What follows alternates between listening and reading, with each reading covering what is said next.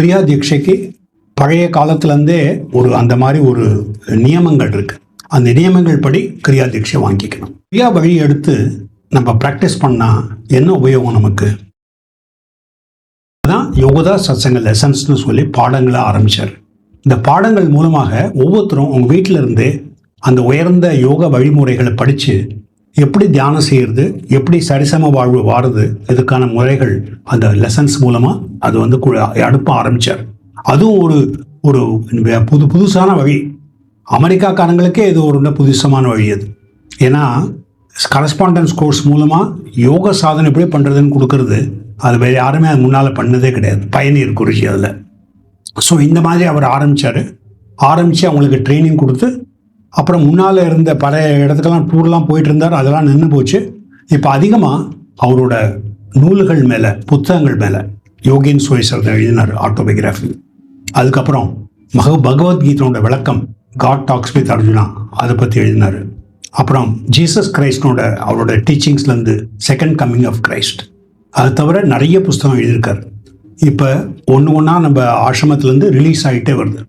அவர் அப்போ எழுதினதெல்லாம், இந்த சத்சங்கத்தில் சொன்னதெல்லாம் தயாமாதாஜிக்கு விசேஷமான ஒரு பங்கு இருந்தது. அவங்க ஷார்ட் ஹேண்டில் எக்ஸ்பர்ட். அவங்க ஒவ்வொரு தடையும் குறித்து பேசும்போது ஷார்ட் ஹேண்டில் எழுதிப்பாங்க. ஸோ அதுக்கப்புறம் பல வருஷம் உட்காந்து அந்த ஷார்ட் ஹேண்டை இதில் டைப்ரைட்டிங் பண்ணி அந்த பிரதி தயார் செய்கிறது. அப்புறம் மினாலி மாதாஜிக்கும் குருஜி அந்த மாதிரி ட்ரைனிங் கொடுத்துருந்தாங்க. அவரை பப்ளிகேஷனை பார்த்து எப்படி இந்த சமயத்தில் கொண்டு வரணும்னு சொல்லிட்டு. அதனால் இப்போ ஒன்றா வந்துக்கிட்டே இருக்கு. பட் இது எல்லாத்துக்கும் முதல் அடிப்படை யோகின் சுயசர். யார் இதை பற்றி யோகதா பற்றி தெரிஞ்சுக்கணுமோ முதல்ல யோகின் சுயசர் படித்தீங்கன்னா உங்களுக்கு நல்ல அறிமுகம் கிடைக்கும். விசேஷமாக கிரியா யோகத்தை பற்றி உங்களுக்கு தெரிஞ்சுக்கணும்னு வச்சுங்க, 26வது அத்தியாயத்துக்கு போங்க. 26வது அத்தியாயத்தில் குருஜி அதனோட எப்படி வேலை செய்யுது கிரியா யோகத்தை பற்றி சொல்லியிருக்காரு. ஆக்சுவல் கிரியா டெக்னிக் அங்கே கிடையாது. அது யோகதா சத்சங்க பாடங்கள் எடுத்து ஒரு குரு தீட்சையாக தான் கிரியா தீட்சையை அதுக்கப்புறம் தான் கொடுக்கும். ஆனால் அதுக்கு ஆரம்ப நிலை பேபி கிரியான்னு சொல்கிறது, அதான் குழந்தை கிரியா. அது சில அடிப்படை உத்திகள் இருக்கு, தியான உத்திகள், சக்தியூட்டும் உடற்பயிற்சி, எனர்ஜேஷன் எக்ஸசைஸ், ஹாங்ஸா டெக்னிக், ஓம் டெக்னிக். இது யார் வேணாலும் எடுத்து படிக்கலாம். இந்த மூணையும் எடுத்து ப்ராக்டிஸ் பண்ணி ரெடி ஆகிட்டா அதுக்கப்புறம் கிரியா தீட்சைக்கு அப்ளை பண்ணலாம். கிரியா எடுத்தால் ஒரு குரு தீட்சையாக எடுக்கணும். அதை எக்ஸசைஸ், ஹாங்ஸா, ஓம், இந்த அடிப்படை பாடங்கள் அது யார் வேணாலும் எடுக்கலாம்.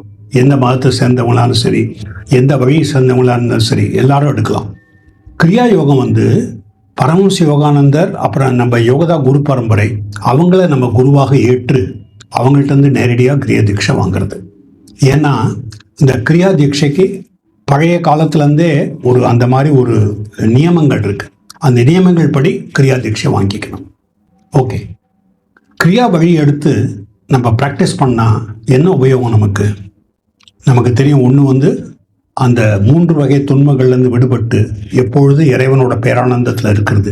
அதுதான் நம்மளோட அல்டிமேட் எய்ம், அதுதான் குறிக்கோள். அதே சமயத்தில் தினசரி வாழ்க்கையிலையும் இறைவனோட திட்டத்தோடு இணைந்து எப்படி நம்ம வாழ்க்கையை அழகான வாழ்க்கையா, ஆனந்தமயமான வாழ்க்கையா, வெற்றிகரமான வாழ்க்கையா எப்படி ஆக்குறது, அதுக்கு யோகதா சத்சங்க பாடங்கள் மூலமாக பரமஹம்ச யோகானந்தர் ரொம்ப அருமையான வழி கொடுத்துருக்காரு. இது யூனிவர்சல், எல்லாருக்கும் பொதுவானது. எந்த தேசத்தில் இருந்தாலும் சரி, எந்த இடத்துல இருந்தாலும் சரி, எல்லாருமே இதை எடுத்து ப்ராக்டிஸ் பண்ணலாம். இதனோட அடிப்படை என்ன? யோகம்னாலே என்னது? ஒரு பேலன்ஸ். இதுலேயும் ரொம்ப அதிகமாக போகக்கூடாது, ஒருதலை பட்சமாக போகக்கூடாது.